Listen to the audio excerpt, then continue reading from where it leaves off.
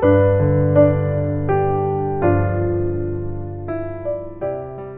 동반성장연구소 정원찬 이사장님께서 나오셔서 인사 말씀해 주시겠습니다. 나오실 때 큰 박수로 맞이해 주시기 바랍니다.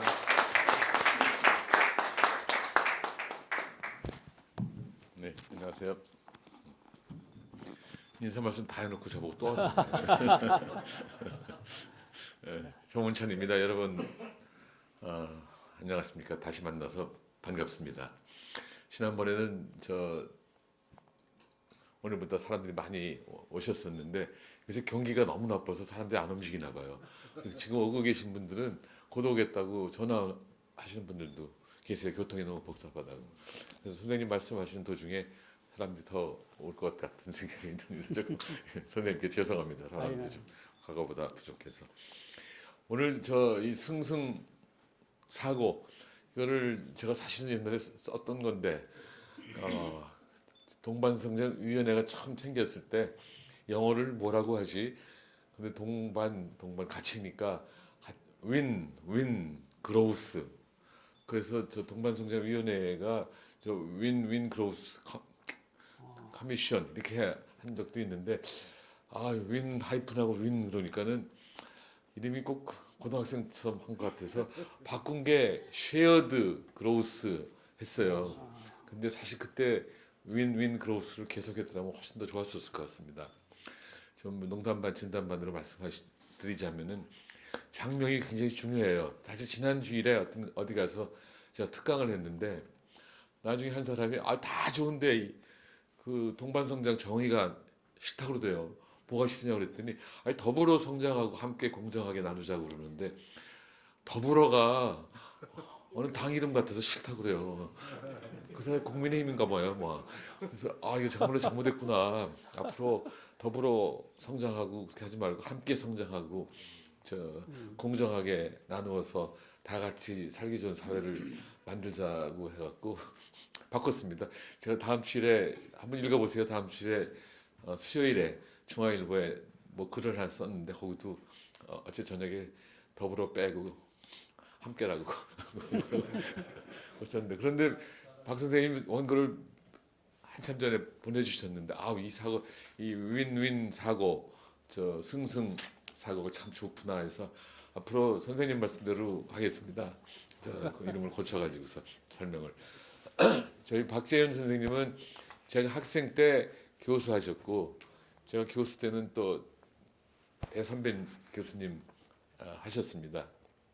그런데 도중에 김영삼 정부 때 재무장관, 상공장관, 경제수석 같은 거 다 하시고 그다음에 또 부산대학 아주대학총장도 다 하시고 우리 사회의 큰 국가 원로이십니다. 죄송합니다만 선배 선생님한테 이런 말씀 드리는 건 죄송하지만 너무 성실하셔서 여태까지 101번 하는데 원고를 제대로 낸 사람은 거의 없는데 선생님 벌써 2주일 전에 다 내셨어요. 워낙은 울산이시죠, 고향이? 부산이세요? 울산이시죠. 그때 같이 공부한 분들한테 국민학교 때부터 공부 잘하는 분이라는 건 다 알고 있습니다. 혹시 초량 중학교예요?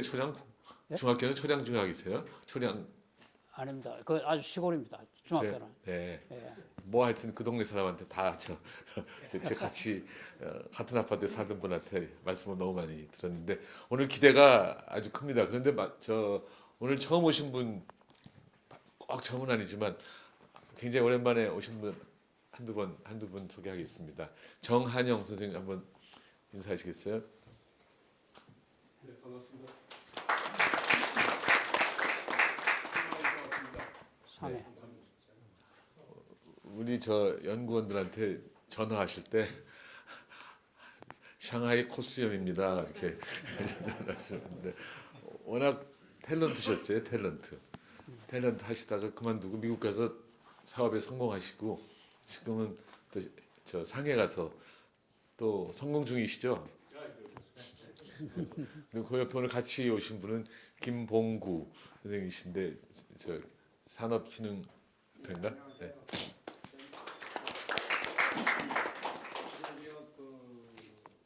우수 제품들을 해외 수출한 쪽으로 일하고 있습니다. 원래가 75년부터 1세대다가 이 공업용 기기쪽을 제조하고 독일하고 합작했다가 좀 해지고 그다음에 여러 가지 많은 그 경험이 있어가지고 그 경험과 경력을 가지고 지금 선생님을 도와주고 있습니다. 돈 버는 걸 안 합니다. 그래서 돈 버는 거는 제가 많이 도와주니까 제가 명함 주시면 제가 책을 하나씩 다 보내드리겠습니다. 감사합니다. 지금 오고 계신 분들한테 시간을 드리기 위해서 좀 소개를 자꾸 하고 계시는데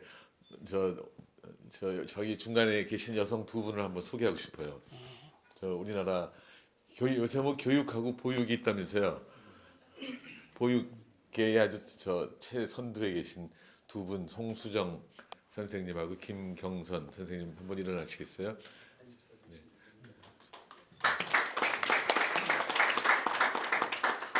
송수정 원장님은 일산에서 맞죠? 김경선 원장님은 반포에서 아주 큰 보육원을 그 말 맞아요? 보육원 유치원이라고 해도 돼요? 보육원은 더 낮은 애들의 미안합니다. 유치원에서 하고 여기 계시고요. 또 오늘 김희철 구청장도 나오셨네요. 오랜만에. 네, 고맙습니다. 한정근 대표 오랜만에 왔죠? 그래요? 항상 시각만 해서 내가 박을 잘못한 것 같네. 네, 그러면 박 선생님 모실까요? 여러분들 박수로 환영해 주세요.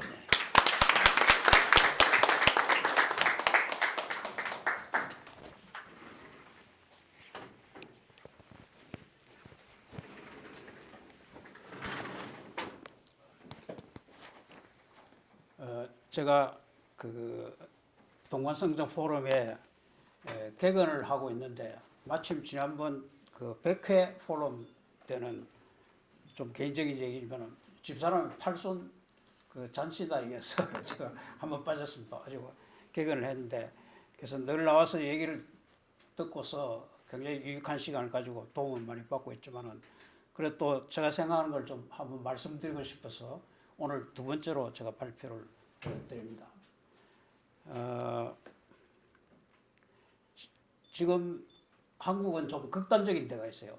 익스트리미니스트 그 소질이 있는데 지금까지 2차 세계대전 이후에 오늘까지 가장 괄목할 가장 혁혁한 성공 거의 유일한 성공을 한 경제이면서 그러나 또 지금 시점에서 보면은 앞으로의 10년이 가장 걱정되는 그런 극단적인 케이스입니다. 한국이. 그래서 오늘 그 말씀을 좀 드립니다. 오늘 제가 좀 앞으로의 10년을 걱정하는 말씀을 드리는데 그것이 지금까지의 그 아주 탁월한 그 성장 이것을 부인하는 얘기는 아닙니다.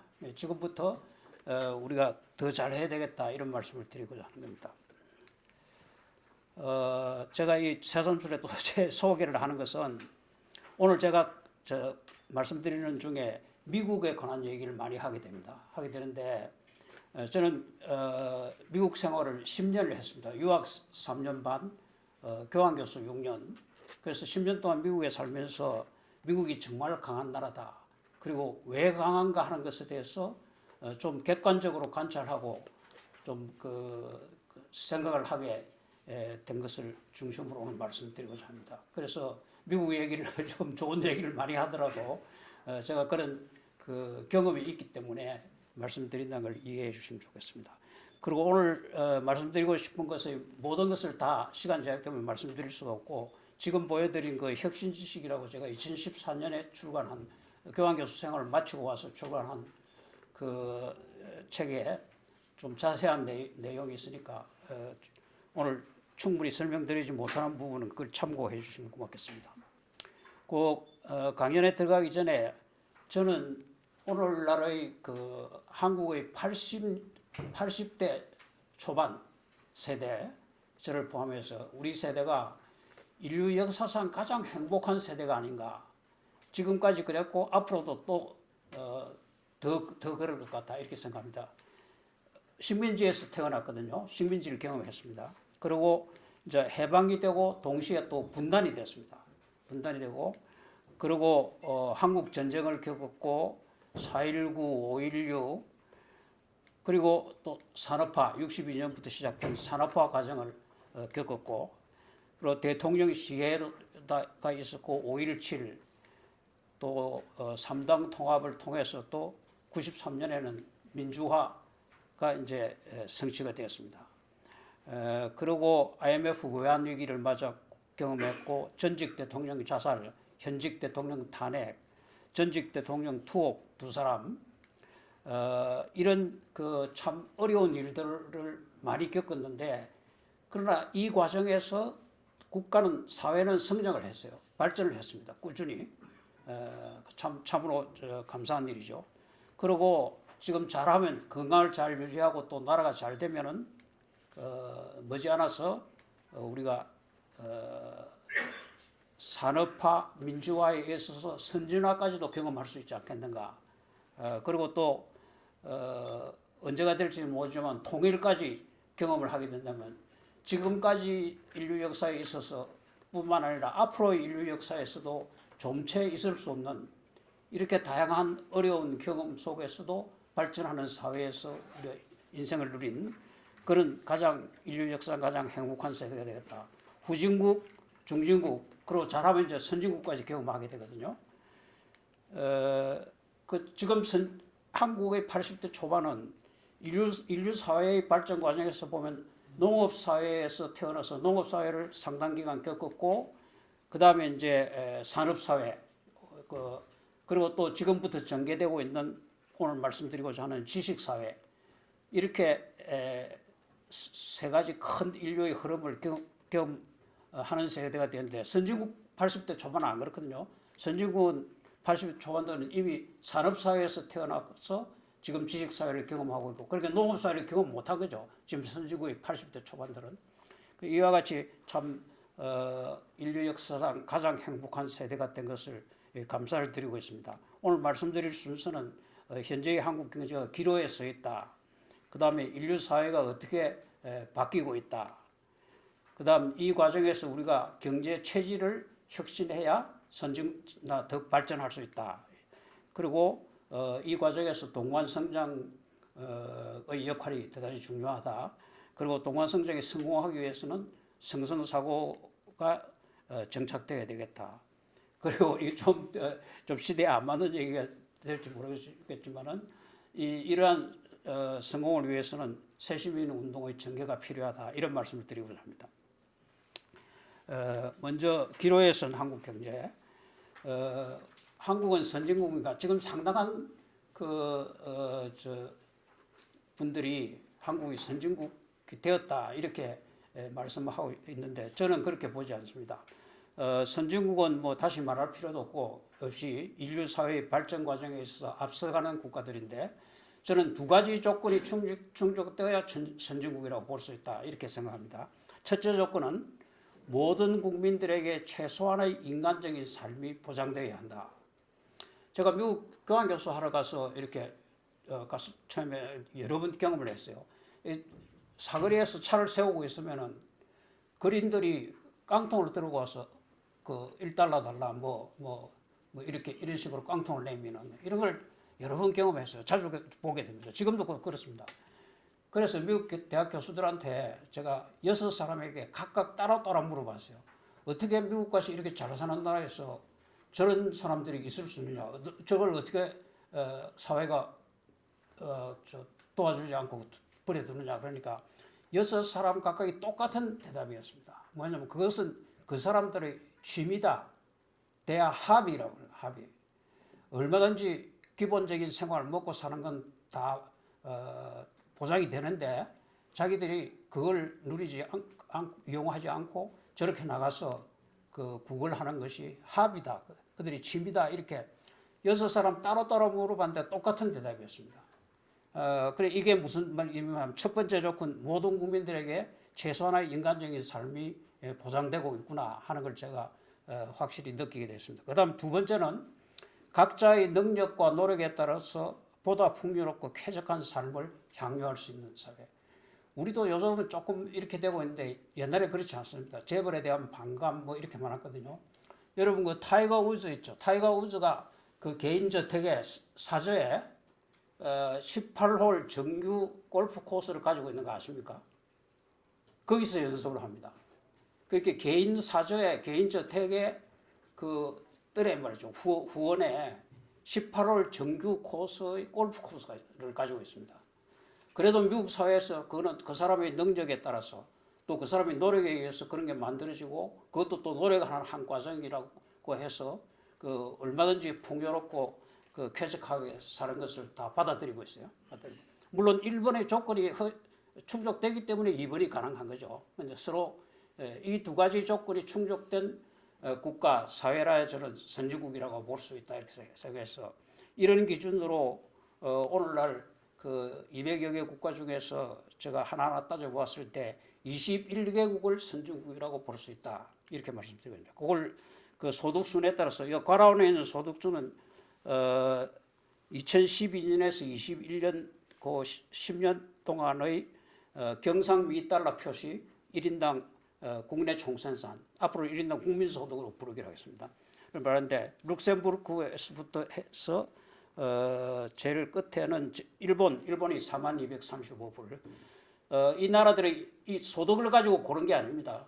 소득 수준을 가지고 자른 게 아니고 아까 말씀드린 그 두 가지 조건을 가지고 개별적으로 따져보았을 때 이렇게 21개 나라가 이런 선진국 조건을 충족시키고 있고 그리고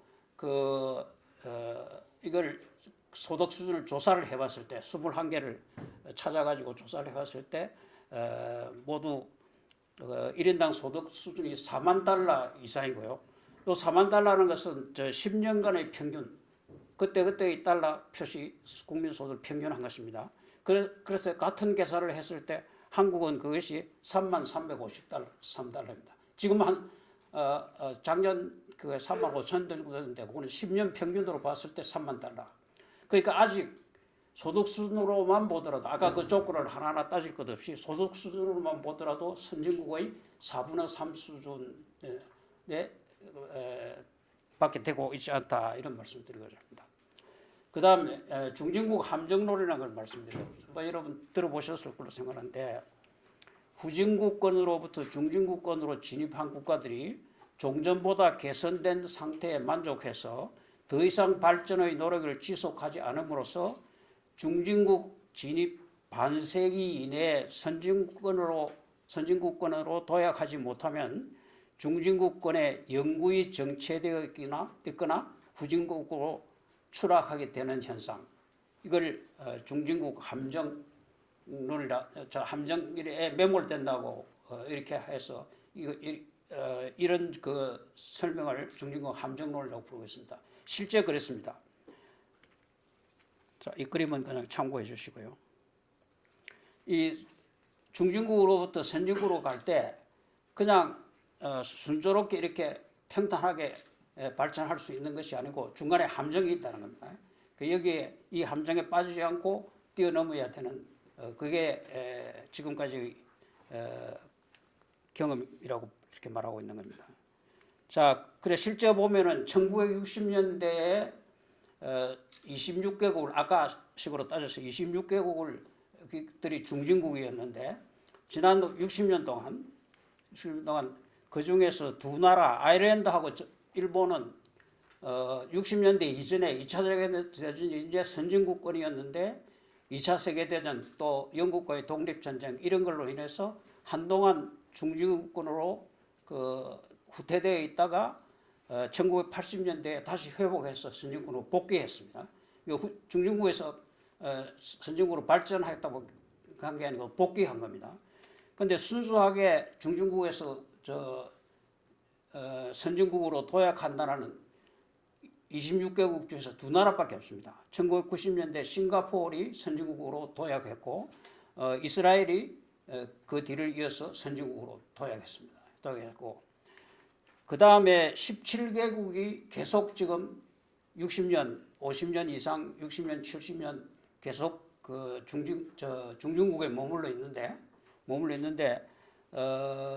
이들 나라들이 조만간 머지않아서 선진국이 된다는 전망이 대단히 흐립니다. 대단히 불투명합니다. 대표적인 케이스가 이제 이태리인데요. 이태리고 스페인 이런 이태리를 선진국이라고 이렇게 보실 수 있지만 실제로 가봐서 조사해보고 아까 그 조건을 따지고 보면 그런 조건을 충족시키지 못하고 그리고 많은 전문가들이 볼 때 과연 선진국권이 될 수 있느냐, 그런 조건을 충족시키는 수가 있느냐 머지않은 장래에 이렇게 대단히 좀 비관적으로 보고 있습니다. 스페인도 마찬가지고요. 그래서 이 나라들은 중진국에 계속 지금 반세기 이상 그 중진국권에 정체되어 있는 겁니다. 그런데 이제 이 과정에서 60년대 이후에 중진국권이다가 그 후진국으로 추락한 국가들이 5개가 있습니다. 그 1960년대 중진국권이었는데 50년이 반세기 이내에 2010년대에 멕시코, 브라질, 불가리아, 콜롬비아, 페루 이 5나라가 후진국으로 추락했어요. 그래서 자, 그래서 결국 이제 17개국 플러스 5개국 22개국이 중진국 함정에 매몰되었다. 그러니까 2개만 선진국으로 도약하고 22개국이 추락을 한 겁니다. 저 함정에 매몰된 겁니다. 한국은 60년대 저 중진국권이 아니기 때문에 여기 대상이 안 되는데, 참고로 말씀드리면 한국은 그 같은 기준으로 계산을 했을 때 그 이태리 그 17개국 중진권 정책 케이스 이태리의 33,659달러 그 다음이 됩니다. 그 다음이니까 굉장히 참 대단한 발전을 한 거죠. 아까 358불이라고 말씀드렸죠. 자, 그런데 지금 문제는 지금부터가 문제라고 생각합니다. 1970년대 말에 우리가 중진국권으로 진입을 했는데 그 반세기가 되는 2020년대 말요. 10년이 채 안 남았죠. 이때까지 선진국으로 도약하지 못하면 한국도 후진국 함정에 매몰되는 케이스가 되는 겁니다. 말하자면 도약의 길로 들었을 것인가, 앞으로 10년 안에 혹은 매몰의 길로 들었을 것인가의 기로에 지금 한국 경제가 서 있다.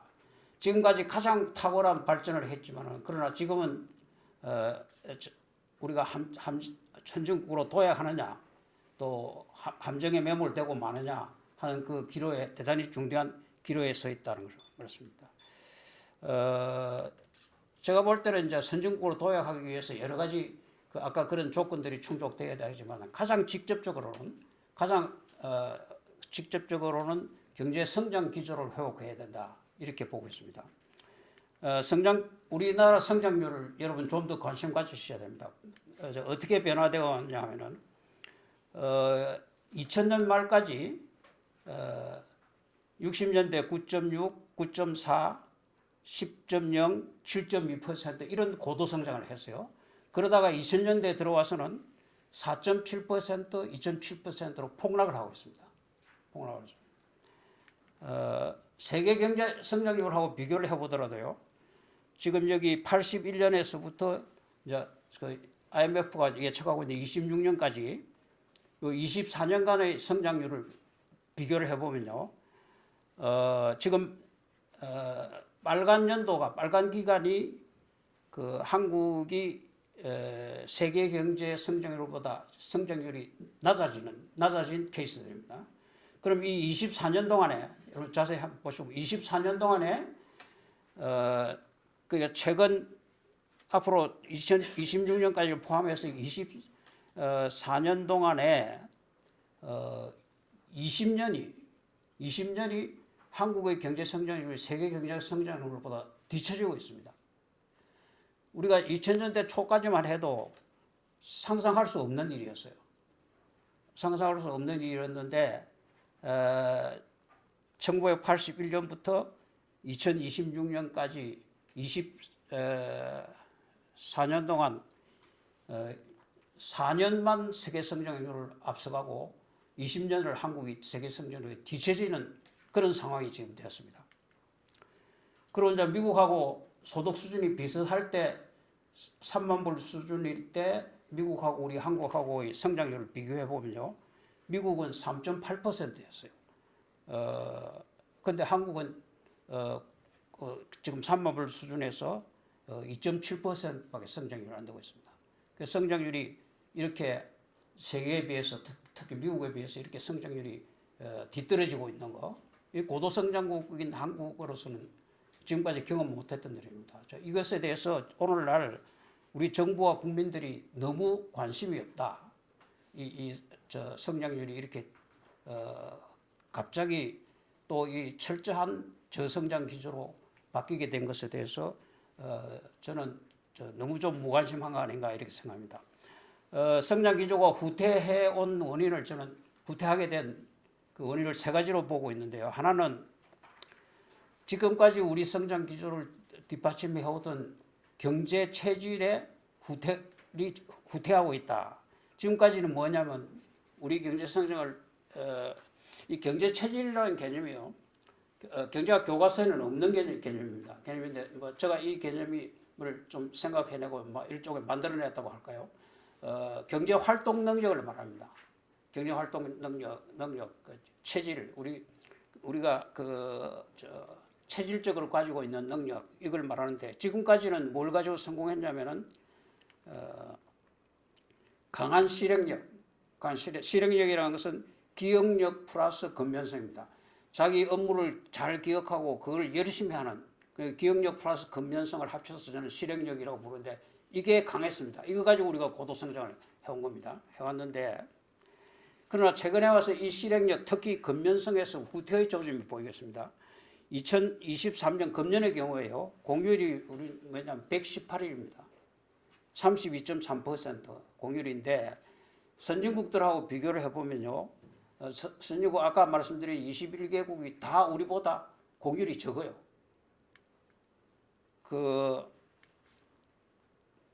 이 두 나라가 117일이고 이 두 나라는 116일. 이 다섯 나라입니까? 다섯 나라는 115일. 그리고 8개국입니까? 8개국은 114일.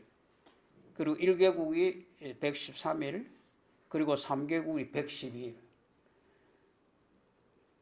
우리보다 다 성장률이 엄청나게 높은 국민 소득 수준이 엄청나게 높고 훨씬 더 잘 살아가고 있는 이런 선진국들이 다 우리나라보다 이들보다 우리가 더 많이 놀고 있어요.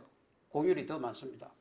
예컨대 벨기움 경우에 보면요. 우리는 지금 아까 113만 불에 118일 공휴일인데요. 벨기움은 4만 5천 불에 112불이거든요. 그러니까 우리가 벨기움의 그 소득 수준이 3분의 1밖에 안 되는 거죠. 3분의 1밖에 안 되는데 우리가 엿새를 더 놀고 있습니다. 자, 이것이 저성장 기조의 한 원인이다. 이렇게 근면성이 후퇴한 거 한 원인이다 보고 있습니다.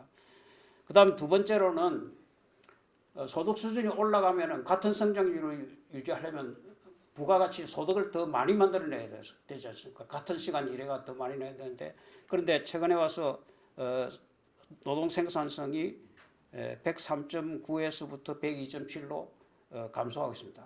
그게 지금까지 하던 방식으로 일하는 또 근면성도 다소 후퇴하게 좀 해가지고는 높은 소득 수준을 내서 높은 성장률을 유지하기 힘들다는 거죠. 그 다음에 세 번째로 이제 가장 중요한 것은 우리 저성장 기조의 가장 중요한 그 원인은 인류 사회가 바뀌고 있는데 이 새로운 인류 사회에 부합하는 새로운 인류 사회가 요구하는 경제 체질을 우리가 갖추지 못하고 있다 하는 게 오늘 강의 드리는 핵심 요인입니다. 그래서 지금부터 인류 사회가 어떻게 변천하고 있는가 또 무엇이 요구되는가 어떤 경제 체질이 요구되는가에 대해서 말씀을 드리고자 합니다.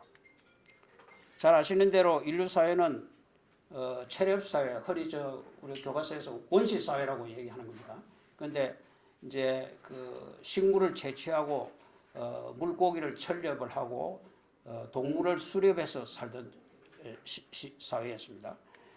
그게 이제 농업 사회로 바뀌게 됩니다. 농업 생산을 중심으로 한 농업 사회로 바뀌게 되고 그 다음에 이제 전기 산업 사회 그리고 후기 산업 사회가 거기 이어지고 그리고 이제 중요한 것은 이게 우리 사회 아직 잘 인식이 안 되고 있는데 1980년대부터 인류 사회가 지식 사회로 바뀌고 있다. 지식 사회로 이제 발전하고 있다 하는 것을 말씀드리고자 합니다. 자, 지금까지의 1980년까지의 지식 사회와 그 이후의 지금 새로 전개되고 있는 산업 사회가 어떻게 다른가 그런 걸 말씀드리고자 합니다. 첫째, 인간의 활동 구조가 과거 산업 사회에서는 인간이 기계를 직접 만졌어요. 인간이 기계가 직접 다루었습니다. 기계를. 그러다가 지금은 인간과 기계 사이에 컴퓨터가 존재합니다. 기계는 저 멀리 보이지 않습니다. 지금 사람과 기계 사이에 컴퓨터가 있어가지고 컴퓨터가 기계를 움직이게 됩니다. 사람이 컴퓨터를 움직이고 컴퓨터가 사람을 움직이는 이런 구조가 되어 있거든요. 그래서 산업 사회에서는 우리 개인에게 요구된 그 작업 방식이 어떤 한 가지 일에 특화하고 그 일에 숙련되는 것, 특화와 숙련이 요구됐습니다. 그런데 지금은 그거 가지고는 경쟁력이 모자라게 됩니다. 개인별로 그렇게만 해서는 안 되고 개인들이 모여서 팀워크, 그래서 요새 팀 제도가 생겼지 않습니까? 팀워크가 보태져야 되는 겁니다. 그리고 뭐 다시 말할 필요도 없고 인간의 활동이 로컬을 했습니다. 자동차 타고 비행기 타고 배 타고 세계를 돌아다녀야만 했었는데 지금은 그렇지 않죠. 자기 있는 자리에서 컴퓨터로 전 세계와 연결되고 있습니다. 그 글로벌하게 되었다. 활동 영역이. 그다음에 이제 그 산업사회에서는 자본과 기술이 경쟁력의 물적 기초였습니다.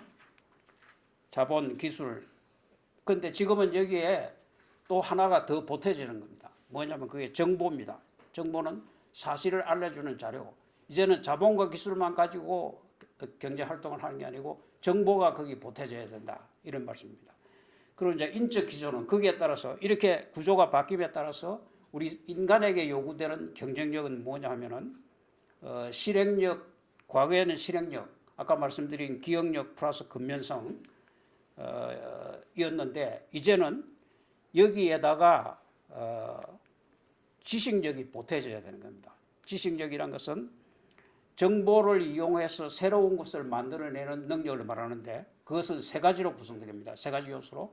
하나는 정보력, 정보 정확하고 풍부하고 신속한 정보를 수집, 전달, 저장하는 능력. 그 다음에 두 번째 창의력, 새로운 걸 만들어내는 능력이고, 그리고 이 정보력, 창의력이 이제 지식 사회에서는 개인의 힘만 가지고 되지 않기 때문에 팀워크를 해야 됩니다. 그래서 다른 사람들과 협력하는 능력, 이것이 중요한 요소가 또 됩니다. 지식력, 정보력, 창의력, 협력력이 요구되는데 참고로 하나 말씀드리면 여러분 3차 산업혁명, 특히 또 4차 산업혁명이라는 말은 앞으로 쓰실 때 조금 주의를 할 필요가 있습니다. 미국 학자들은 이 말 잘 안 쓰고 있습니다. 이게 이제 크라우스 슈와브라는 스위스 학자가 만들어낸 건데 이거 유럽과 한국에 제일 인기가 있습니다. 1차 산업, 2차 산업, 3차 산업, 4차 산업으로 분류를 했거든요. 그런데 사실 3차 산업혁명과 4차 산업혁명은 산업혁명이 아닙니다. 산업사회의 틀 안에서 일어나는 게 아니고요. 산업사회를 지식사회로 바꾸는, 아까 말씀드린 그런 새로운 사회로 바꾸는 혁명이기 때문에 미국 학자들은 일부는 아직 일반화는 안 됐지만 일부는 지식혁명이다. knowledge revolution이라고 부르고 있고, 그리고 미국 학자들은 좀채 3차 산업혁명, 4차 산업혁명 그런 용어 안 쓰고 있습니다. 그러니까 우리가 이 말을 쓸 때 좀 주의를 해야 될 것 같습니다. 자, 여기서 우리가 미국이 얼마나, 미국 얘기 자꾸 하는 거 제가 아까 양해 구했죠. 미국이 저는 인류 역사상 최고의 강국이라고 생각하는데, 왜냐하면은 우리 원시사회, 체렵사회에서는 선도국이 없었고 농업사회에서는 메소포타미아, 이집트 문명이 유럽으로 건너가가지고 처음에는 그리스가 선도국이 됐고 농업사회, 그 다음 로마, 프랑스, 네덜란드로 선도국이 이제 이렇게 바뀌게 됩니다. 그러다가 이 농업사회에서 선도국이 아니었고 뒤처져 있었던, 농업사회에서는 뒤처져 있었던 영국이 산업혁명을 일으켜가지고 산업사회를 만들어냅니다. 그 선도국이 되는, 전기산업사회 선도국이 됐고, 또 1913년에 미국이 영국을 앞서게 됩니다. 소득에. 그래가지고 후기 산업사회가 이제 기술 발달을 가지고 하는데, 이때도 그 앞선 시기에 그 선도국이 아니었던, 처져 있었던 추종국이었던 미국이 새로운 산업사회를 만들어낸 겁니다. 만들어내고. 근데 지금 지금까지의 역사와 다른 게 뭐냐면요. 지식사회는 지금 이제 1980년대부터 시작되고 있는 지식사회는 지금까지의 후기산업사회를 선도해오던 미국이 역시 새로운 지식사회, 새로운 인류사회를 미국이 만들어내고 있는 겁니다. 이 역사상 처음 있는 일이죠. 미국이 그만큼 강한 나라다 하는 것을 우리가 인식을 해야 될 것 같습니다. 왜 강한가? 첫째, 정보력이 강하기 때문입니다. 그 핸드폰 보급률을 보면요. 미국은 0.75이고 우리는 1.25거든요. 그러니까 한국은 4분의 1의 인구가 핸드폰을 2대씩 가지고 있습니다. 미국은 4분의 1의 인구가 핸드폰을 안 가지고 있어요. 0.75죠. 그런데 그럼 정보를 이용하고 핸들링하는 능력은 어떨까? 저는 이게 뭐 확실한 근거는 없습니다만 한국은 이런 경우 많거든요. 여러분 다 이렇게 저도 이렇게 하는데요. 걸어가면서 핸드폰 보지 않습니까? 그런데 미국에서는 안 그렇습니다. 미국 사람들 허리 보면요. 핸드폰 사용할 때는 걸어가다가 벽에 기대서 핸드폰을 사용합니다. 벽에 기대서. 무슨 차이입니까? 정보에 그만큼 집중하느냐 안 하느냐의 차이거든요. 차이에서 여러분 혹시 인생의 4C라는 거 들어보시면 4가지 C. 하나는 컨피던스. 모든 일을 할 때 자신감을 가지고 시작하라. 그 다음에 집중해라. 그 일에 집중해라. 그 다음에 일관성을 가지고 하라. 그 다음 마지막에 커피. 이게 저 골프에서 나온 건데, 그렇게 해서 한동안 유행했습니다. 이 4C가, 인생 4C, 골프의 4C가 유행했는데, 이게 이제 인기를 끄니까, 코카콜라에서 커피가 아니고, 네 번째 C는 커피가 아니고, 코크다. 이렇게 주장도 나오고 있는데, 아무튼 이 중에 하나가 지금 집중이거든요. 미국은 우리하고 확실히 정보를 다루는 데 있어 우리보다 훨씬 집중합니다. 우리는 집중하지 않고 다른 일을 하면서 하거든요. 머리가 더 좋아서 그렇겠죠. 그러나 정보를 이용하는 힘, 정보로부터 얻는 힘은 어느 쪽이 더 강했는가 생각해 보죠. 정보에 집중하기 때문에 미국이. 두 번째 미국이 강한 이유는 창의력이 강하기 때문입니다. 제가 이제 6년 동안 교환교수 간 거는 제 외손자를 봐주기 위해서 갔는데, 집사람 봐주러 갔는데, 그 어릴 때 유치원에서 공부를 할 때요. 할 때 초등학교 1, 2학년 때까지도 그런 것 같아요. 뭐냐면 새로운 이론을 가르칠 때 그 이론을 담고 있는 게임을 가져와서 가르칩니다. 애들한테. 게임을 하게 해가지고 그 이론을 가르치거든요. 그런데 아주 중요한 게 뭐냐면은 그렇게 가르쳐서 그 게임의 룰대로 2-3번 해보게 하고 그 다음에는 반드시 꼭 각자가 룰을 바꿔서 자기가 새로운 룰을 만들어서 그 게임을 하게 합니다. 이게 아주 큰 차이인 것 같아요. 그래서 학교에서 이제 새로운 게임을 배우고 와보면 할아버지 할머니 불러가지고 해보라 그럽니다. 외손자가. 그러면 우리는 이제 매뉴얼 보고 열심히 그 룰대로 하거든요. 계속 그렇게 하면 그 애가 뭐라 하냐면 할아버지 그렇게 하면 재미없어. 이렇게도 해봐 그럽니다. 거기서부터 창의력이 길러지는 겁니다. 같은 것을 반복 안 하는 거죠. 우리는 외우는 거 잘하지 않습니까? 복사하는 거. 그러나 생각을 미국 사람들이 하는 것처럼 어릴 때부터 그렇게 바꾸는 거, 생각을 자꾸 하게 하는 거, 이런 것이 체질화 안 되어 있는 거 아닌가. 공짜가 없다. 인생에 없는 것 3가지. 공짜가 없다. 비밀이 없다. 그죠? 그리고 하나가 또 뭡니까? 정답이 없다. 우리는 정답을 학교에서 외우고 하는 거, 이거 정말 바뀌어야 됩니다. 그래서 이 3가지가 없다는 걸 알고, 미국은 왜 강하냐? 같은 것을 반복하지 않고 끊임없이 변화를 추구하기 때문에 미국이 강하다. 이런 말씀을 드리는 거죠. 그 다음에 3번째, 협력력이 강하다. 미국이. 한국은 먼저 우리가 적과 동지를, 다른 사람을 대할 때 적과 동지를 저 사람이 나에게 적이냐 동지냐 구분해가지고 적은 철저히 배격하고 동지에 대해서는 희생을 하면서까지 도와줍니다. 동지라고 보는 사람에 대해서는. 그런데 비해서 미국은 안 그렇더라고요. 해보니까. 제가 경험을 해보니까. 어느 수준까지는 적과 동지를 구분 안 합니다. 적이든 동지는 구분 안 하고 어느 누구하고라도 협력을 해요. 협력을 해서 전체의 떡을 조금이라도 더 크게 만들어서, 왜냐하면 협력해서 하는 게 떡을 좀 더 쉽게 크게 만들 수 있거든요. 그래 조금 커지면 그걸 각자가 조금씩 더 많이 가져가는. 그런데 그걸 무조건 하지 않습니다. 떡이 커질 때까지만 하는 거예요. 모든 일에 있어서 처음에는 떡이 커지지만은 계속 그렇게 한다고 계속 떡이 커지는 건 아니잖아요. 그래서 떡이 커지는 수준까지만 협력을 하고, 그죠? 어느 누구하고는 그 이상 아무리 협력을 해도 더 안 커진다면 그때부터는 협력 안 하는 겁니다. 그래서 우리보다는 훨씬 더 좀 프라그마틱하다, 더 실용적이다고 볼 수 있고, 한국은 순수해서 떡이 커지든 안 커지든 간에 동지를 위해서는 끝까지 희생하는 이런 협력의 방식에, 협력에 대한 사고의 차이가 있다고 생각합니다. 떡을 크게 하느냐 안 하느냐 우리가 생각해 볼 문제입니다. 그래서 세 번째 문제, 협력에 관한 걸 좀 더 말씀드리면 경쟁의 패러다임이 세 가지가 있습니다. 하나는 성패 사고. 여러분 이 표 이해되시죠? 자신의 성과 패, 상대의 성과 패를 이렇게 생각하는데 흔히 가장 있는 건 나는 이기고 상대는 패하게 만들겠다. 상대를 이기겠다 하는 게 이게 이제 성패 사고인데 이 결과는 서로가 다 그렇게 하기 때문에 결국은 이 결과가 패로 되고 맙니다. 서로가 다 패하는 거죠. 그 다음에 반대로 정 안 될 때는 나도 죽고 너도 죽자 하는 게 패패 사고거든요. 그럼 결국은 결과도 역시 패패입니다. 서로 그렇게 해가지고 패패가 되고. 그 다음에 패성, 참 드문 케이스지만 나는 죽더라도 상대는 살려주겠다.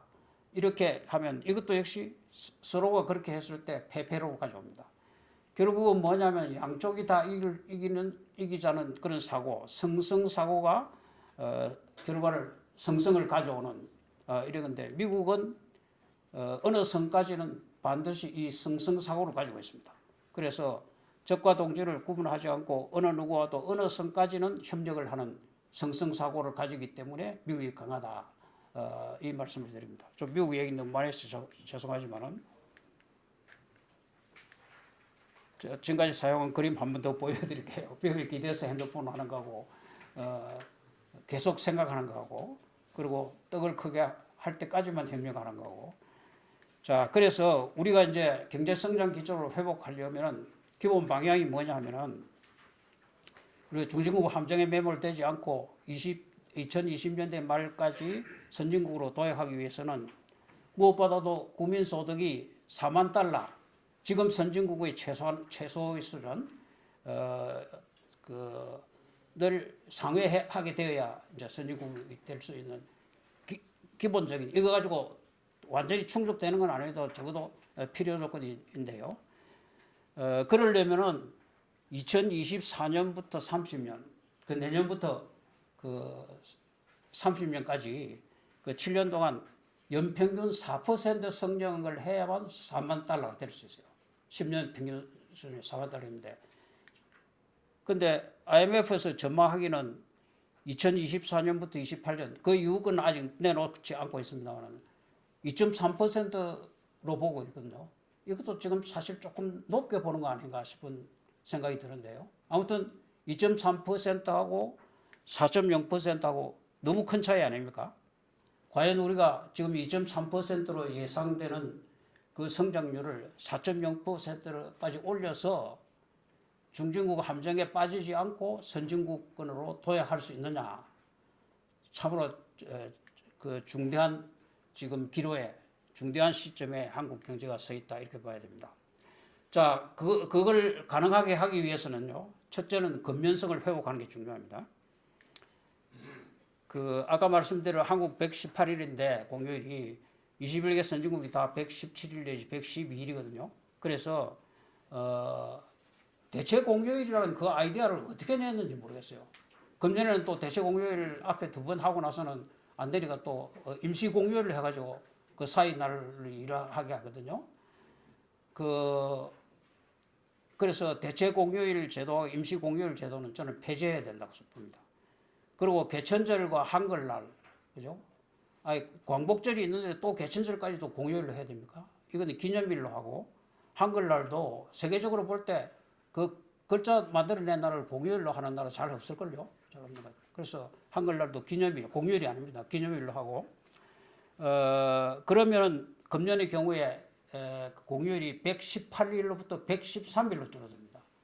그래도 선진국권 최소 112일보다는 우리가 더 많은 케이스가 되죠. 그리고 이제 어린이날 현충일도 꼭 그날 날짜로 지정할 필요가 없습니다. 요일로 정해서 뭐 5월의 첫 금요일이라든지 6월의 첫 금요일로 하면은 토일 이어져서 아주 편리하잖아요. 일하는데도 지장이 적어지고요. 자, 이런 식으로 그 휴일 제도가 좀 바뀌고 뭐 그걸 바탕으로 해서 건면성이 회복돼야 된다. 그다음 두 번째는 정보력이 강화돼야 된다. 그렇게 말씀드렸는데 미국은 정보에 집중하기 때문인데 그 우리도 집중하는 그런 그 체질을 만들어야 되고 그 지금 세계 정보의 80%가 영어로 표현되고 있기 때문에 그 우리가 한영 바이링구얼이 되는 게 굉장히 중요합니다. 근데 그 애들 학원에 보내는 것보다는 학원에 보내서 그 공부로서 영어를 배우게 하는 게 아니라 생활로서 영어를 배우게 하는. 그래서 하루에 일정 시간 동안 텔레비 영어 방송을 보게 하는 게 가장 효과적인 말입니다. 어른들도 우리도 CNN 방송 그 뉴스를 하루에 1시간씩 들으면요. 그 한영 바이링구얼이 되는데도 도움이 되지만 정보 얻는데도 도움이 되잖아요. 그래서 그 GA 한영 바이링구얼이 되라는 걸 GA2로 말씀드리고 왜 이 처음 얘기하면서 GA1이 아니냐 하는 것은 나중에 설명드리겠습니다. GA2로 했어요. 그 다음에 이제 컴퓨터 모든 정보는 컴퓨터에서 나오거든요. 그 지금 보여드린 것에서 컴퓨터의 기능은 사용자의 능력에 따라 달라진다. 이 빌 게이츠가 한 말입니다. 빌 게이츠가 여러분 가지고 있는 컴퓨터 PC의 기능의 몇 퍼센트를 지금 이용하고 있다고 보십니까? 10% 어림도 없죠. 한 1% 정도는 이용하는가요? 자, 그래서 우리가 이 컴퓨터를 더 익혀서 컴퓨터에 대한 공부를 더 해서 최대한 그 컴퓨터의 능력을 활용해야 된다. 한마디만 달면 시간이 지금 어떨지 모르겠는데 한마디만 더 달면은 디지털 분할이라는 말씀입니다. 지금 전문가들이 다 볼 때 앞으로 이 정보화, 지식화가 계속되는 과정에서 인류 전체의 상위 20%만 이 디지털화의 혜택을 입는다. 그렇게 보고 있거든요. 20%와 80%가 분할이 되는 겁니다. 그래서 우리가 20% 안에 들어야 되지 않겠습니까? 그러려면은 컴퓨터를 최대한 활용하는 그런 체질을 가져야 되겠다. 그 다음에 세 번째는 이제 창의력의 배양인데요. 미국 같은 거 반복하지 않고 어릴 때부터 유치원 때부터 자꾸 게임 룰 바꿔보게 하는 여기서부터 출발한다고 그랬잖아요. 그래서 그 우리는 지혜 4로서 시 계열로 보라. 우리 회사에서 지금 어떤 주어진 것을 지금까지 우리 회사에서 하고 있는 그 방식대로만 하겠다 하면 안 됩니다. 우리 회사에서 어떤 방식으로 해왔는가를 중요한 변화가 있을 때마다 그 시점을 조사를 해가 그때 어떤 여건 하에서 이렇게 해가지고 어떤 성과를 거두었는가를 쭉 계속 검토를 해서 지금의 여건, 앞으로의 여건에서는 어떻게 바꿔서 어떤 성과를 거두겠는가 하는 그런 새로운 그 접근 방법을 찾아내야 된다는 겁니다. 이게 시계율 역사적으로 보는 거죠. 그 다음에 이제 횡단면으로 보라. 자, 이것을 같은 방법을 그 다른 경쟁자들하고 비교를 합니다. 특히 선진국들의 같은 업종의 회사들과 비해서 그 회사는 어떤 여건하에서 어떤 식으로 해가지고 어떻게 접근해서 어떤 성과를 거두고 있는가를 우리하고 비교를 해서 우리가 우리의 여건에서 어떻게 바꿔야 할 것인가를 찾아보는 이 횡단면으로 계속해서 횡단면으로 보는 국제적으로 보는 이런 체질을 길러야 되겠다 하는 거예요. 그다음 역발상을 평소에 우리가 생각하고 있는 발상 생각을 뒤집어서 생각해 보는 겁니다. 정기적으로 한 번씩 뒤집어서 자기 일을 가지고요. 그래서 제가 그 아까 소개드린 그 졸조에서 13가지 역발상의 모델을 정리를 했습니다. 정리를 했는데 1번 주객전도입니다. 주객전도. 여러분 이 그림 잘 아십니까? 뉴턴이 만유인력을 발견했잖아요. 만유인력을 발견했는데 이게 주객전도의 역발상의 케이스입니다. 그럼 우리가 이렇게 사람들이 흔히 말하기를 사과가 땅으로 떨어진다. 그럼 사과가 주체이고 땅을 향해서 뜨는 거, 땅이 객체가 되는 겁니다. 근데 뉴턴은 자기 머리에 사과가 떨어지는 거 보고 아 이거 땅이 사과를 끌어당겨서 이런 일이 일어나는 거 아닌가, 그죠? 땅이 사과를 끌어당기는 거 아닌가, 이렇게 해가지고 나무가 사과를 잡고 있는 힘하고 땅이 끌어당기는 힘이 더 세기 때문에 사과가 떨어진다는 것을 거기서 출발해가지고 만유 인력의 법칙을 찾아낸 겁니다. 그러니까 주체하고 객체를 바꾼 거죠. 사과가 땅으로 떨어진다고 생각한 게 아니고 땅이 사과를 끌어당긴다. 이게 주체하고 객체를 바꾼 거예요. 그런 케이스를 쭉 제가 정리를 했고요. 그 중에서 4번 한번 보죠. 성패전도. 이것도 기억할 만한 케이스에 대해서 말씀드려요. 이게 1970년에 여러분 3M이라는 지금 포스잇 만드는 3M이라는 회사 있잖아요. 이 3M에서 강력한 접착제를 만드는 실험을 해가지고 했는데 그 스펜서 실버라는 사람이 책임지고 이걸 만들어냈는데 결국 실패를 했어요. 이게 시범을 보이다가 이게 그냥 막 쉽게 떨어져 버리는 거예요. 접착이 강하게 안 되고요. 그래요. 그래서 실패해야 되는데 2, 3년 뒤에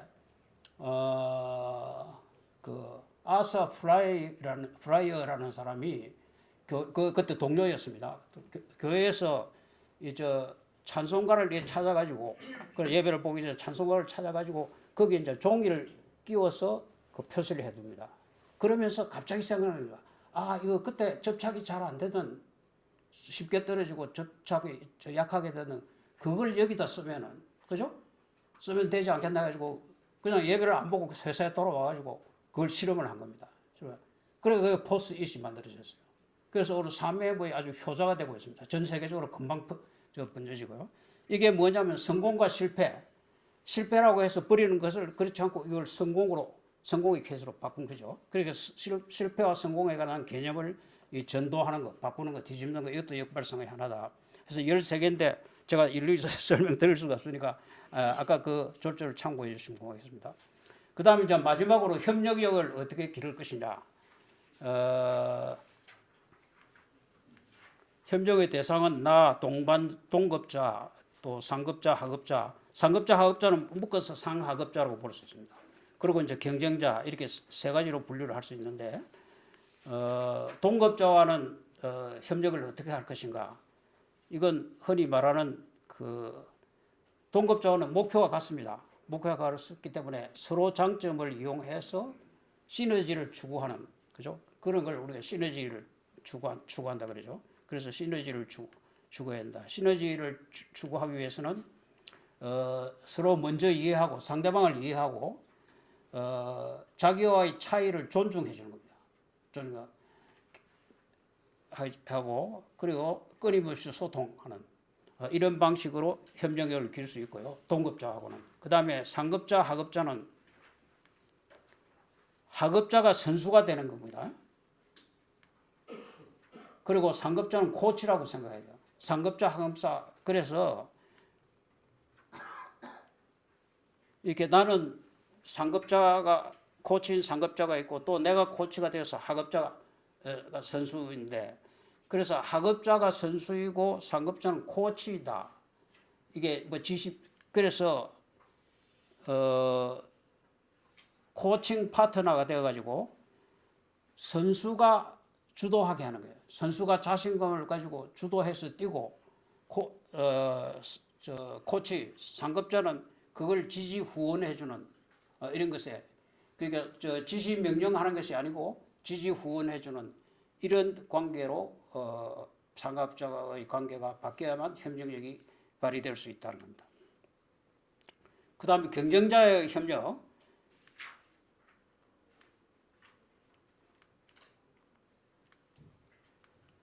이건 아까 말씀드렸잖아요. 그죠?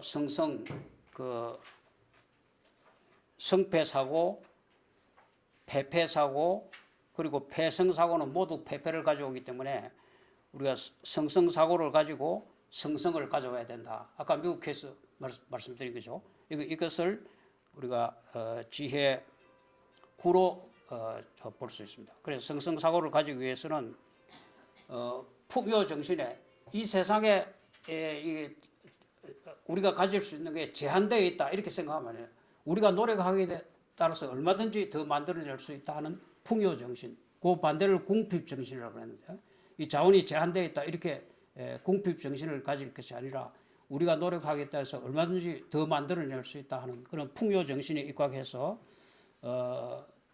내가 상대방을 성하게 만들겠다, 상대방을 이기게 만들겠다는 용기를 가지고 그리고 상대방을 어떻게 하면 상대방이 이길 수 있겠는가 하는 배려를 함으로써 그런 성성사고를 가지는 것이 중요하다. 자, 이 정리하는 것은 여러분 그냥 참고해 주시고요. 요약하는 것은. 자, 동반성장 오늘 핵심 과제입니다. 그래서 이 성장 기조 회복을 위해서는 대기업들과 중소기업들 간의 동반성장이 필수적입니다.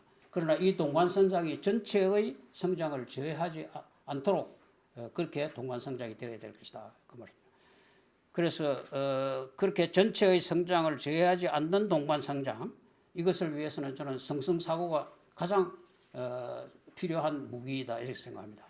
그래서 네 가지 주로 우리가 이제 동반성장에서 거론되는 게 네 가지 과제가 있는데 대기업들이 중소기업들의 몫을 부당하게 가져가던 관행 이것은 물론 공정거래제도를 강화해서 고쳐야 되죠. 그런데 그보다 더 근본적으로는 대기업들과 중소기업들 간의 성성사고로서 근본적인 해결을 해야 된다 이렇게 생각하고 있습니다. 그래서 대기업들은 하청 중소기업들에게 합리적 수준의 이익을 보상해 줌으로써 하청 중소기업들이 우수한 품질의 부품을 합리적인 가격으로 생산, 납품할 수 있게 하고 그 대기업이 중소기업의 성을 배려하는 거죠. 그 합리적인 가격으로 합리적인 이익을 보상해주는 그런 사고를 가지고 하청 중소기업들은 원청 대기업들에게 합리적인 가격으로 고품질의 적정량의 부품을 납품함으로써 대기업의 합리적인 이익을 뒷받침해준다 하는 이런 그 사고방식 한쪽은 보상을 해주고 한쪽은 뒷받침해주는 이런 성성사고를 양측이 가짐으로써 동반성장이 성공할 수 있고 그것이 우리의 성장 기조를 회복하는 가장 기본이 된다 이렇게 생각합니다. 그 다음에 두 번째로는 중소기업의 영역을 중소기업 고유 영역을 보장하는 문제 이것도 계속 연구가 되어야 되겠지만은 이것도 역시 성성사고로 해결하는 거 아닌가. 대기업들은 생산의 효율성이 자신보다 높은 중소기업들의 제품을 생산하지 않고 중소기업들에게 합리적 가격으로 적정량을 주문함으로써 중소기업들이 우수한 품질의 부품을 합리적인 가격으로 납품할 수 있게 하고 즉 자기 하청 중소기업들이 생산함으로써 내가 원청 대기업이 생산하는 대기업 자신이 생산하는 것보다 더 효율적으로 생산할 수 조금이라도 더 효율적으로 생산하는 것은 그건 중소기업에게 물려주는 겁니다. 중소기업에게 맡기는 거예요. 그게 바로 대기업이 중소기업의 성을 배려하는 거죠. 그 다음에 이제 중소기업들은 그렇게 해서 그 보장받은 그 부품을 고품질의 적정 수량의 부품을 대기업의 자체 생산 원가보다는 더 낮은 가격으로 가능한 한 낮은 가격으로 납품하는 노력을 이게 이제 대기업의 성을 배려하는 거죠. 이런 성성 사고를 양측에서 가져야만 될 것이다. 가짐으로써 그 중소기업 적합 업종을 보장해주는 그런 성성을 가져와야 될 것이다 이렇게 생각합니다. 그 다음에 이제 세 번째로는 초과 이익을 중소기업에게 돌려줘야 된다. 대기업의 초과 이익을 돌려줘야 되는데 저는 여기서 한 걸음 더 나아가서 대기업이 초과 이익을 만들지 말아야 된다고 생각합니다. 그래서 여기서 원천 환원이라는 것은 만들어진 것을 돌려주는 게 아니라 원천적으로 안 만들어진 초과 이익을 안 만드는 그걸 좀 여기서 저는 원천 환원이라고 하는데 어떻게 해서 그게 가능하냐. 원청 대기업은 초과 이익이 발생하지 않도록 하청 중소기업의 납품 가격을 최대한 인상하고, 그죠? 하청 중소 기본적으로 이겁니다. 대기업들은 하청 중소기업으로부터의 납품 가격을 최대한 감당할 수 있는 데까지 최대한 인상을 해주는 높여주는 겁니다. 그리고 이제 그 하청 중소기업들은 원청 중소기업들에게 우수 품질의 부품을 대기업의 적정 이율을 보장하는 가능한 한 낮은 가격으로 납품하고자 하는 이런 노력을 하는 거예요. 그 양쪽이 다 승승하는 거죠. 그죠? 대기업은 최대한 높여주려고 하고 중소기업은 최대한 낮춰서 받으려고 하고 하는 이런 승승사고를 양쪽이 가짐으로써 초과 이익을 발생하지 않고 원천적으로 환원이 되도록 이렇게 할 필요가 있다 했습니다. 네 번째로 이 멘토링 문화 이거 정우창 교수께서 강조하셨는데 지난번 발표에서 이게 아주 우리가 그동안 거론이 잘 안 되던 아주 중요한 겁니다. 그 한쪽에서 주문하고 한쪽에서 그 발주하고 한쪽에서 납품하고 이런 식으로 할 게 아니라 양쪽이 정기적인 협의를 가지는 특히 또 대기업이 중소기업을 위해서 멘토 역할을 해주는 이런 문화가 대기업들과 중소기업들 간에 조성이 되면은 성성 발전에 동반 성장이 더욱더 잘 이루어질 것이다 이렇게 생각합니다. 그래서 그 네 가지 동반 성장에 대해서 성성사고를 하는 방식을 네 가지 말씀드렸고, 자 마지막으로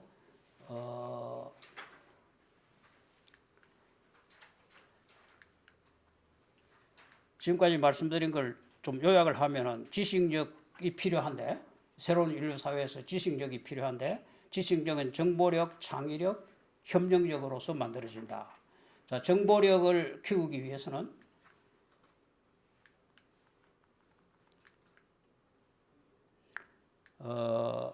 바이링결에 한영 바이링결이 되어야 하고 컴퓨터를 사랑해야 된다. 그 다음에 창의력을 위해서는 시계열로 보라. 역사적으로 우리가 어떻게 해왔는가. 그래서 지금 어떻게 해야 될 건가요? 횡단면으로 보라. 국제적으로 보라는 겁니다. 다른 경쟁기업들이 어떻게 하고 있나. 그걸 참고로 해서 우리 거를 바꾸는. 그리고 역발상을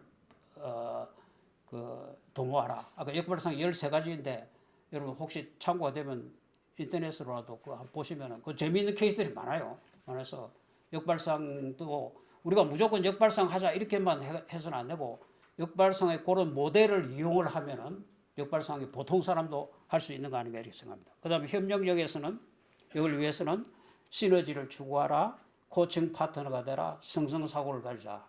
자 이렇게 해서 8가지 지혜를 말씀을 드렸는데요. 지식력을 강화하기 위한 8가지 지혜를 말씀드렸는데 자 우리 사회의 모든 구성원 각자는 여기에 한 가지 더 지혜가 필요하다고 합니다. 뭐냐면 비전을 세우는 지혜가 필요합니다. 여러분 비전 잘 아시죠? 앞을 내다보고 미래를 구상하는 것을 우리가 비전이라고 합니다. 그래서 내 인생의 앞을 내다보고 미래를 구상하는 거 이걸 이제 나의 비전인데 그 3가지 요소로 구성이 됩니다. 사명, 내가 부여받은 사명이 뭔가, 내 인생의 사명이 뭔가, 뭐 하늘로부터 부여받았던 간에 그 인생의 목표입니다. 사명 플러스 가치. 내가 어떤 원칙을 지키면서 살아가야 될 것인가. 이 사명을 수행하는데 목표를 추구하는 데 있어서 어떤 원칙을 지키면서 살아가. 뭐 성실, 정직 뭐 이런 것일 수도 있고요. 그 다음에 계획이 있어야 됩니다. 뭐 제가 회사에 처음 취직하고 나면 앞으로 몇 년 안에 뭐 계장이 되겠다, 과장이 되겠다, 그리고 언제 내가 독립하겠다, 뭐 이런 식의 그 계획, 인생 계획을 세우는 것, 이걸 합쳐서 우리가 비전이라고 하는데 이 비전을 세우는 지혜가 필요합니다. 그래서 그걸 1로 하고 그래서 아까 지혜 2부터 시작을 했던 겁니다. 그래서 이 9가지 지혜를 전부 모아서 제가 그 졸주에서 지식사회의 지혜 모형이라고 불렀습니다. 그 이 지혜 모형을 우리 그 모든 경제 주체들이 다 이 지혜 모형을 체질화해야만 우리가 그 중진국 함정에 매몰되지 않고 선진권으로 앞으로 10년 이내에 도약할 수 있다. 저는 그렇게 보고 있고 이게 오늘 말씀드리는 핵심 내용입니다. 그래서 이걸 위해서는 좀 엉뚱한 얘기가 될지 모르겠습니다만 우리가 그 새마을운동을 통해서 산업화에 성공했듯이 그 이런 지식사회 지혜 모형을 체질화하기 위한 그 새시민 운동을 전개해서 그 선진화에 성공해야 될 거 아닌가. 중진국 함정에 매몰되지 않고 선진권으로 도약해야 될 것이 아닌가 이렇게 생각합니다. 이게 뭐 좀처에 먹히는 얘기는 아니지만은 기업체의 모든 구성원들이 이 지식사회 지혜 모형을 체화하기 위해서 경제단체들이 노력하고 산업통상자원부가 그걸 지원하고 그리고 금융기관의 모든 구성원들이 그렇게 되기 위해서 금융단체들이 앞장서고 그걸 금융위원회가 지원하고 그리고 대학생들에게 이 교육을 시킬 필요가 있습니다. 저는 그 과외교육으로 대학생들에게 모든 대학들이 교육을 하고 그걸 위해서 교육부가 지원하고 그리고 이제 여기 해당되지 않은 일반 주민들을 위해서는 행정복지센터가 이런 운동을 전개함으로써 전 국민 전 경제 주체의 경제 체질이 이렇게 지식 근면성을 회복하고 지식력이 강한 경제 체질로 바뀌어야만 선진국으로 도약할 수 있다. 이 말씀을 오늘 드리고자 합니다.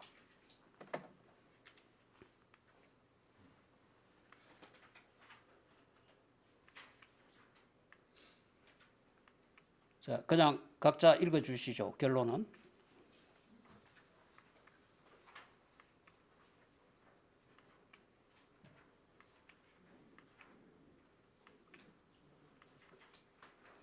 원청 대기업들과 하청 중소기업들이 모두 성성사고를 발휘해야 된다. 자, 그렇게 해서 동반 성장을 이루어야 한다. 이것이 제가 오늘 말씀드리고자 하는 내용입니다. 경청해 주셔서 감사합니다.